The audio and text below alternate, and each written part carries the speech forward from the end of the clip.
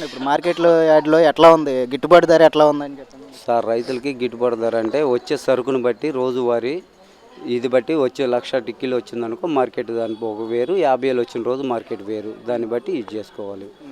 అది వాళ్ళకి రాజకీయ నాయకులకి ఎటువంటి సంబంధం లేదు, దానికి దీనికి వ్యాపారానికి సంబంధం లేదు.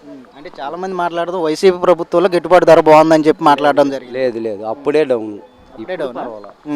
అది అంటే ఆ రేటు మార్కెట్ వేరు, అప్పుడు సరుకు తక్కువ, ఇప్పుడు సరుకు ఎక్కువగా ఉంది, హెవీగా ఉంది కాబట్టి దాన్ని బట్టి బేరగాళ్ళు ఇది చేసుకుంటారు. అంటే సరుకు ఎక్కువ ఉండడం వలన ధర తగ్గిపోయింది. తగ్గిపోయింది. ఇప్పుడు మనకు కావాల్సిన దానికంటే హెవీగా ఉంది కాబట్టి సరుకు దాన్ని ఎవరైనా ఇది అయిపోతారు. అది పరిస్థితి. దీన్ని బట్టి రాజకీయ నాయకులకి సంబంధం లేదంట. ఎటువంటి సంబంధం లేదు, అది వాళ్ళు పూసుకోవటం తప్ప దాంట్లో ఉపయోగం లేదండి. రైతులను ఆదుకోవాల్సింది ప్రభుత్వాలుగా. ప్రభుత్వమే, గవర్నమెంటే. దాన్ని మరి వాళ్ళ పరిస్థితిని బట్టి వాళ్ళు ఇది ఏదైనా ఒక బేరగాళ్ళని పట్టుకొని వాళ్ళని ఇది చేసి ఏదైనా మార్కెట్ పొజిషన్ బట్టి వాళ్ళు మాట్లాడుకుంటే దాన్ని వాళ్ళు చేసేదాన్ని బట్టి చేసుకోవటం. మన జగన్ గారు వచ్చినాక ఒక 20 రూపాయలు పెరిగింది అన్నారు, నిజమేనా? ఎక్కడ పెరిగింది? Market same market, same ditto market, ఏమీ లేదు ఆడ. ఇవాళ ఇంకా స్లోగా ఉంది మార్కెట్.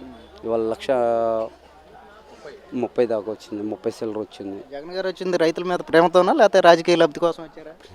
ఎట్ట చెబుతాం గురు అయ్యని, వాళ్ళు అయి తప్పు వాళ్ళని అనకూడదు. ఎందుకంటే వాళ్ళు రాజకీయ నాయకులు ఒకరినొకరిని పూసుకొని ఏదో మాట్లాడుకుంటారు, అయ్యొద్దు. ఇక్కడ మార్కెట్ వేరు, రైతులు గిట్టుబాటు ధర కావాలి. వలన గిట్టున్నారు, ఎవరికి గిట్టుబాటు ధర లేదు. ఈ పంటే కాదు, ఏ పంటలో కూడా లేదు. మార్కెట్ పొజిషన్ ప్రకారం అందరూ డౌన్లోనే ఉన్నారు. అది బేరగాళ్ళు డలార్లను బట్టి మార్కెట్ చేసుకోవాలి. డలార్లు సిండికేట్ అయితే మార్కెట్ తేడా పడుద్ది.